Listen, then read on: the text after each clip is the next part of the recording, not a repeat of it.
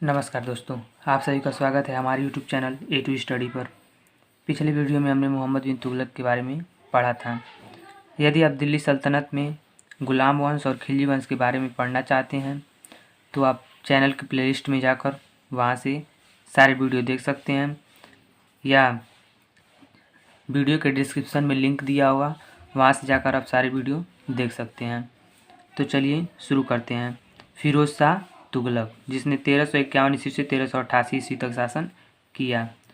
तारीख फिरोज शाही, इस ग्रंथ की रचना शम्स ए सिराज अफीक ने की थी और इस ग्रंथ को फिरोज शाह तुगलक की जीवनी माना जाता है, क्योंकि इस ग्रंथ में इसके जीवन की समस्त घटनाओं का उल्लेख किया गया है।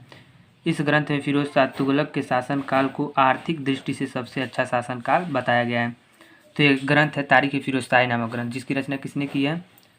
शम्स ए सिराज अफीक ने।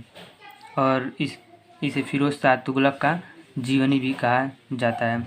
और इसमें फिरोज शाह तुगलक के शासनकाल के बारे में कुछ बताया गया, और इसमें बताया गया कि फिरोज शाह तुगलक का जो शासन था वो उस समय आर्थिक स्थिति बहुत ही सही थी। फिरोज शाह तुगलक का दूसरा राज्याभिषेक अगस्त 1351 में दिल्ली के महल में हुआ था। फिरोज शाह तुगलक के राज्याभिषेक के बाद दिल्ली के मौलवियों ने 21 दिनों तक उत्सव मनाया था, क्योंकि फिरोज शाह तुगलक उनका समर्थक था। दिल्ली का सुल्तान बनने के बाद इसने वजीर का पद मलिक मकबूल को प्रदान किया था। तो याद रखिएगा, फिरोज शाह तुगलक के शासनकाल में उसका वजीर कौन था? तो मलिक मकबूल। मलिक मकबूल को खान ए जहाँ के नाम से भी जाना जाता है, और खान ए जहाँ का मतलब विश्व का स्वामी। यह मूल रूप से तेलंगाना का ब्राह्मण था, परंतु बाद में इसने इस्लाम धर्म को कबूल कर लिया था। फिरोज शाह के शासनकाल में आर्थिक प्रगति का श्रेय मलिक मकबूल को ही प्रदान किया जाता है, क्योंकि मलिक मकबूल के कहने पर ही फिरोज शाह ने ब्राह्मणों पर जजिया कर लगाया था। तुगलक काल को वजारत का काल भी कहा जाता है, क्योंकि तुगलक काल में वजीर का पद सुल्तान के बाद सबसे सर्वश्रेष्ठ होता था। फिरोज शाह के शासनकाल की मुख्य विशेषता उसकी राजस्व व्यवस्था को ही माना जाता है।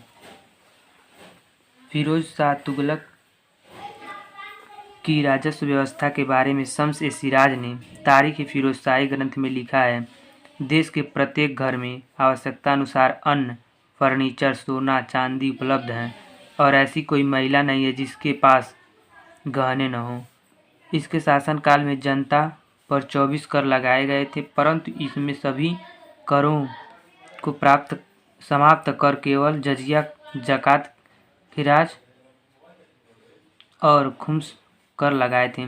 तो दिल्ली सल्तनत में जो पिछले कई अन्य शासक हुए, उनमें जनता के ऊपर 24 कर थे, लेकिन जब इसका शासनकाल था तो इसने केवल मुख्य कर जैसे जजिया, ज़कात, खिराज और खुम्स को ही लगाया था। फिरोज शाह तुगलक के शासनकाल में खुम्स कर 1/5 भाग लिया जाता था, परंतु मोहम्मद बिन तुगलक के शासनकाल में 4/5 भाग लिया जाता था। फिरोज शाह को दिल्ली सल्तनत का पहला सुल्तान माना जाता है, जिसने एक नए कर हब ए सर्व सिंचाई कर को लागू किया था। यह उन किसानों से लिया जाता था जिनके खेतों की सिंचाई सरकारी नहरों से होती थी। तो याद रखिएगा कि दिल्ली सल्तनत में हब ए सर्व नामक सिंचाई कर का किसने लगाया था? तो फिरोज शाह तुगलक ने लगाया था। फिरोज शाह तुगलक को दिल्ली सल्तनत का पहला सुल्तान माना जाता था, जिसने राज्य की संपूर्ण आमदनी का ब्यौरा ख्वाजा हिसामुद्दीन से तैयार करवाया था। तो राज्य की संपूर्ण आमदनी का जो ब्यौरा था इसको तैयार करने वाला दिल्ली सल्तनत का एक पहला सुल्तान था। जागीरदारी प्रथा को दोबारा शुरू करने का श्रेय भी फिरोज शाह तुगलक को ही प्रदान किया जाता है। इसके अंतर्गत राज्य के समस्त अधिकारियों को वेतन के तौर पर जागीर दी जाती थी, और इसी को जागीरदारी प्रथा भी कहा जाता है। इतकाल प्रथा की शुरुआत करने का श्रेय भी फिरोज शाह को ही प्रदान किया जाता है। इसके अंतर्गत एक पत्र सैनिक या अधिकारी को प्रदान किया जाता था, जिसे वह लगान वसूलने वाले अधिकारी को दिखाता था और उसे 50% लगान प्रदान किया जाता था। तो याद रखिएगा, इकताल प्रथा की शुरुआत किसने की थी? तो वो फिरोज शाह तुगलक ने की थी। इतलाक प्रथा के अंतर्गत अधिकारी बहुत भ्रष्टाचार करने लगे थे, परंतु फिरोज शाह ने स्वयं ही उन्हें प्रोत्साहित किया था। फिरोज शाह तुगलक के शासनकाल को दिल्ली सल्तनत का सबसे भ्रष्ट शासनकाल माना जाता है। तो याद रखिएगा, दिल्ली सल्तनत का सबसे भ्रष्ट शासनकाल किसे माना जाता है? फिरोज शाह तुगलक के शासनकाल को। दीवाने बंदगान नामक एक नए विभाग की स्थापना का श्रेय भी फिरोज शाह तुगलक को ही प्रदान किया जाता है, जिसमें गुलाम भर्ती किए जाते थे। तो दीवाने बंदगान किसने लागू किया था? तो फिरोज शाह तुगलक ने। गुलामों की भर्ती और उनका निरीक्षण करने वाले अधिकारी को अर्ज ए बंदगान कहा जाता था। तो दीवाने बंदगान जो इसने चलाया था, उसका जो अधिकारी होता था उसे अर्ज ए बंदगान कहा जाता था। गुलामों के निर्यात पर फिरोज शाह तुगलक ने प्रतिबंध लगा दिया था।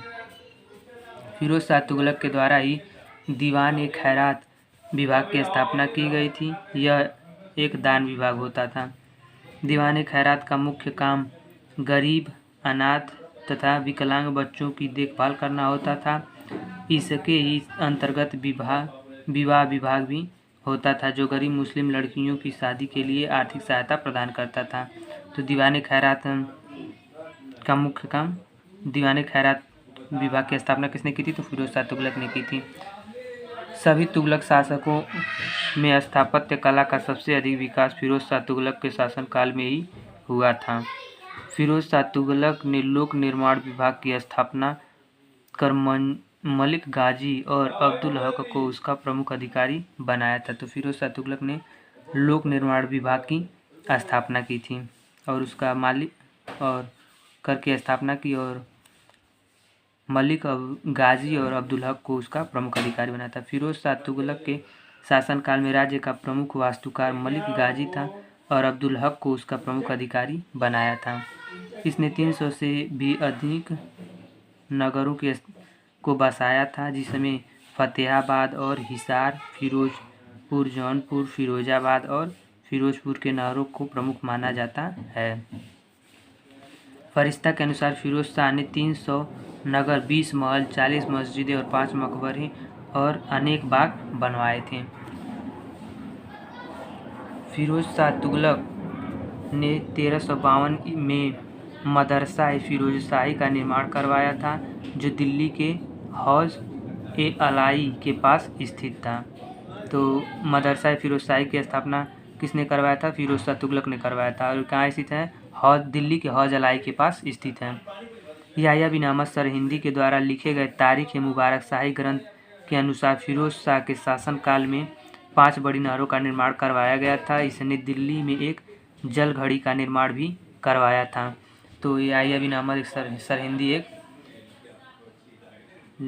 इतिहासकार या लेखक हैं, जिन्होंने अपनी पुस्तक तारीख ए मुबारक शाही में लिखा है कि इसने एक जल घड़ी का निर्माण भी करवाया था और 5 बड़ी नहरों का निर्माण करवाया था। फिरोज शाह तुगलक ने सम्राट अशोक को टोपरा और मेरठ स्तंभ लेख को दिल्ली में स्थापित करवाया था। सम्राट अशोक के टोपरा स्तंभ लेख को फिरोज शाह तुगलक ने सोने का स्तंभ लेख कहा था और उसे अपने शाही महल में स्थित मस्जिद के पास स्थापित करवाया था। 1837 में जेम्स प्रिंसेप ने इसी स्तंभ लेख को पढ़ने में सफलता प्राप्त की थी। टोपरा स्तंभ लेख को सम्राट अशोक का अंतिम स्तंभ लेख भी माना जाता है। फिरोज शाह ने 2 प्रसिद्ध इतिहासकारों जियाउद्दीन बरनी और शम्स ए सिराज को अपना संरक्षण प्रदान किया था। फिरोज शाह तुगलक के शासनकाल में सबसे अधिक भारतीय ग्रंथों का अनुवाद फारसी में किया गया था। संगीत पर आधारित ग्रंथ राग दर्पण का फारसी में अनुवाद इसी के शासनकाल में हुआ था। फारसी भाषा का सर्वाधिक विकास इसके ही शासनकाल में हुआ था। फिरोज शाह तुगलक को दिल्ली सल्तनत का पहला शासक माना जाता है, जिसने महिलाओं को संत की मजार पर जाने का प्रतिबंध लगाया था। इसे दिल्ली सल्तनत का पहला शासक माना जाता है, जिसने इस्लामी कानून शरीयत को पूरी तरह लागू किया था। इसे सूफी संत फरीरुद्दीन गंज शंकर का शिष्य माना जाता है। फिरोज शाह तुगलक ने उत्तर प्रदेश के बहराइच में स्थित संत सलार मसूद गाजी के मकबरे का 2 बार दर्शन किया था। तो संत सलार मसूद गाजी का दर्शन फिरोज शाह तुगलक ने 2 बार किया था। ये कहाँ स्थित है? उत्तर प्रदेश के बहराइच में। फिरोज शाह तुगलक ने अपने कुछ सिक्कों पर खलीफा ए हाजिम नाम अंकित करवाया था। यह हिंदुओं को जिम्मी कहता था। इसने मोहम्मद बिन तुगलक की तरह अमीर उल मोमिनीन की उपाधि धारण की थी। तो मोहम्मद बिन तुगलक ने अमीर उल मोमिनीन की उपाधि धारण की थी और इसने भी की थी। 1360 में फिरोज शाह ने अपने चचेरे भाई जूना खां की याद में जौनपुर नगर को बसाया था, जो आज उत्तर प्रदेश का एक प्रसिद्ध शहर है। 1360 में ही इसने जाज नगर पर आक्रमण किया और उस समय जाज नगर के राजा वीर भानुदेव द्वितीय थे। फिर इन्होंने फिरोज शाह के सामने आत्मसमर्पण कर दिया था। इस समय फिरोज शाह ने पुरी के जगन्नाथ मंदिर की मूर्ति को तोड़ा था, क्योंकि उसे गजनवी की तरह स्वयं को बुतसिकन कहलवाना पसंद था। तो मोहम्मद गजनवी अपने आप को बुतसिकन कहलवाना बहुत पसंद करता था। इसी प्रकार ये भी फिरोज शाह तुगलक भी अपने आप को बुतसिकन कहवाता था। 1365 में फिरोज शाह तुगलक ने नागरकोट की ज्वाला देवी मंदिर को तोड़ा था और वहां से प्राप्त लगभग 300 से अधिक ग्रंथों का फारसी में अनुवाद करवाया था। इनका अनुवाद दलायत ए फिरोजशाही के नाम से अजीजुद्दीन खालिद ने किया था। तो याद रखिएगा, दलायत ए फिरोजशाही के नाम से अनुवाद जो करवाया था इसने, वो किसने किया था? अजीजुद्दीन खालिद ने किया था। 1387 में इसने ठट्टा के शासक अलाउद्दीन जुना और सदरुद्दीन बाहुबिना के विरुद्ध आक्रमण किया था। इसमें फिरोज शाह को हार का सामना करना पड़ा था। यह इसका आखिरी आक्रमण माना जाता है। फिरोज शाह तुगलक के संपूर्ण शासनकाल में एकमात्र राज्यपाल शमसुद्दीन दमगानी, जो गुजरात का राज्यपाल था, ने 1377 में विद्रोह किया था। मुशर्रिफ ए मुमालिक संपूर्ण राज्य का कर वसूलने वाला अधिकारी होता था। सितंबर 1388 को दिल्ली में इसकी मृत्यु हो गई थी। तो फिरोज शाह तुगलक में आज इतना ही। अगले वीडियो में हम महमूद तुगलक के विषय में पढ़ेंगे। तो यदि आप पीछे के वीडियो देखना चाहते हैं और गुलाम वंश और खिलजी वंश के बारे में पढ़ना चाहते हैं तो प्लेलिस्ट में वीडियो डाल दी गई, वहाँ से जाकर देख सकते हैं, या डिस्क्रिप्शन में वीडियो का लिंक दिया होगा, वहाँ से देख सकते हैं। Thank you.